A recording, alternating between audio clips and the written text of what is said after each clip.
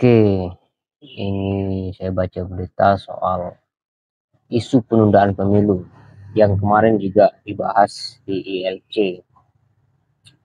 Soal isu penundaan pemilu, Partai Prima, jangan bikin opini, bernegara kok kayak anak TK. Oh, ya justru opini inilah yang kemudian mendewasakan kita ya. Saya dalam hal ini tidak sepakat. Dari judulnya saya tidak sepakat dengan ungkapan Partai Prima yang mengatakan jangan bikin opini, bernegara kok kayak anak TK. Ya anak TK tidak mungkin bisa buat opini ya. Itu pertama. Yang kedua, opini itu naluri manusia, sudah kebiasaan manusia. Setiap manusia sudah lazimnya manusia begitu. Setiap manusia pasti memiliki opini melihat segala sesuatu gitu kan. Ya opini itu kan pendapat. Seseorang ketika melihat satu fenomena kemudian melakukan analisis secara sederhana ataupun mendalam, itu akan melahirkan opini atau sudut pandang gitu. Pasti opini itu berdasarkan fenomena atau peristiwa gitu kan. Opini itu tidak mungkin lahir dari ruang kosong. Opini tentang penundaan pemilu ini juga isunya itu juga kan karena Partai Prima juga yang membuat laporan terhadap KPU dan kemudian dikabulkan oleh PN sehingga KPU terhukum denda 500 juta. Kan gitu ceritanya. Sehingga orang melihat dari putusan itu hakim mengatakan KPU harus memulai dari awal 2 tahun 4 bulan 7 hari sejak dimulai dari 3 Maret 2023. Itu kan logikanya atau kalau hitungan matematisnya itu berarti pemilu akan dilakukan 2025 bukan 2024. Jadi bukan anak TK ya, tapi ayo kita baca ini apa isinya. Jakarta, Kompas.com, Ketua Umum Partai Prima Agus Jabo Priyono meminta agar pihak-pihak yang tak setuju dengan putusan Pengadilan Negeri Jakarta Pusat atau PN terkait ditundanya pemilu agar tidak beropini melainkan menempuh jalur hukum. Sebab Agus menilai pernyataan-pernyataan yang muncul di publik justru memperkeruh suasana. Memperkeruh suasana apa ya? Tidak ada suasana yang keruh. Justru karena di politik itu modelnya bukan, analoginya bukan air ya, atau air sungai yang semakin diobok-obok semakin keruh. Tidak. Justru analogi yang tepat itu adalah seperti mengambil emas murni. Semakin panas dia semakin murni yang keluar. Karena kalau tidak ada yang bersuara, semuanya diam saja, damai begitu saja, kita tidak tahu yang mana emas, yang mana besi. Dan gitu ya, harus dipanaskan sehingga besi dan emas itu terpisah, pasir terpisah, bebatuannya terpisah. Kita mendapatkan emas murni.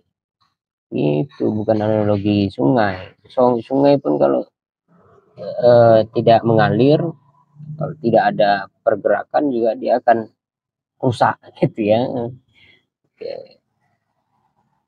Kalau kemudian ada ketidaksetujuan, lakukan upaya hukum, jangan bikin opini, memperkeruh suasana, memprovokasi masyarakat, ujar Agus dalam diskusi di gedung DPR Senayan, Jakarta Pusat Rabu. Tidak, ini bukan provokasi, bukan memperkeruh suasana. Kalau memang isu itu tidak benar atau partai apa ini Partai Prima tidak setuju dengan opini yang beredar, maka dikasih jawaban gitu. Masyarakat kan bisa menilai, jangan anggap masyarakat itu bodoh semua ya. Bisa menilai bahwa mana pernyataan yang lebih benar, lebih logis gitu kan gitu.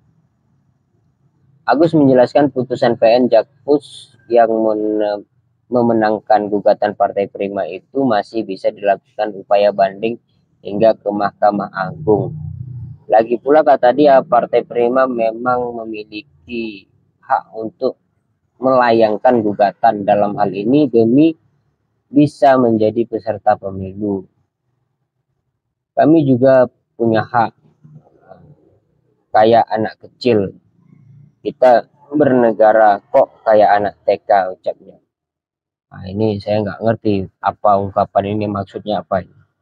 Selain itu, Agus mempertanyakan letak kesalahan Partai Prima yang menggugat KPU sehingga berujung putusan PN Jakpus untuk menunda tahapan pemilu. Oke. Dia bersikeras bahwa Partai Prima hanya ingin berjuang untuk menjadi peserta pemilu 2024. Oh, dalam hal ini Partai Prima merasa ketika opini penundaan pemilu itu beredar, mereka menganggap semua tuduhan itu ke mereka gitu. Jadi baper ceritanya ini. Oh, jadi kita bisa paham kalau respon dari ketua Partai Prima itu seperti itu tadi, menganggap orang-orang seperti anak TK ini ya. Permohonan kita itu diterima, apa salah kita? Ini pertanyaannya. Itu hak kita, gitu loh. Gimana caranya Prima bisa masuk pemilu 2024 kalau kita obsesinya bukan itu? Jelas Agus. Jadi harus dipahami adalah di PN ini adalah akibat dari proses panjang yang kita lakukan kemana-mana dan bantu gitu loh. Terus kita mau kemana? Kemana kita mencari keadilan? Sambungnya. Ya, jadi apa yang dilakukan oleh Partai Prima dengan mengusahakan partainya untuk tetap ikut pemilu itu benar. Itu hak mereka, dan KPU dalam hal ini juga terbongkar ada upaya kecurangan atau upaya ketidakadilan, upaya tidak adil gitu ya. Padahal KPU itu asasnya adalah adil, jujur dan gitu kan, jujur dan adil, jurdil gitu. Nah, ini mengungkapkan kepada kita bahwa KPU tergugat itu artinya apa namanya, laporan dari Partai Prima itu diterima. Syarat laporan itu diterima ada bukti ya, ada bukti, paling tidak ada 2 bukti dan buktinya kuat gitu. Jelas kalau buktinya kuat pasti diterima oleh pengadilan, dan ini menciderai KPU ya. Dan ke depan barangkali KPU akan menjadi kambing hitam. Segala sesuatu yang terjadi di pemilu, KPU bisa dijadikan kambing hitam. Karena di awal-awal sekarang saja KPU sudah terlihat kebobrokannya tentang integritasnya gitu ya.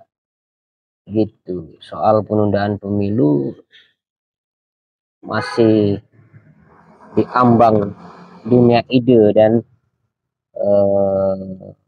opini, kata Partai Prima gitu.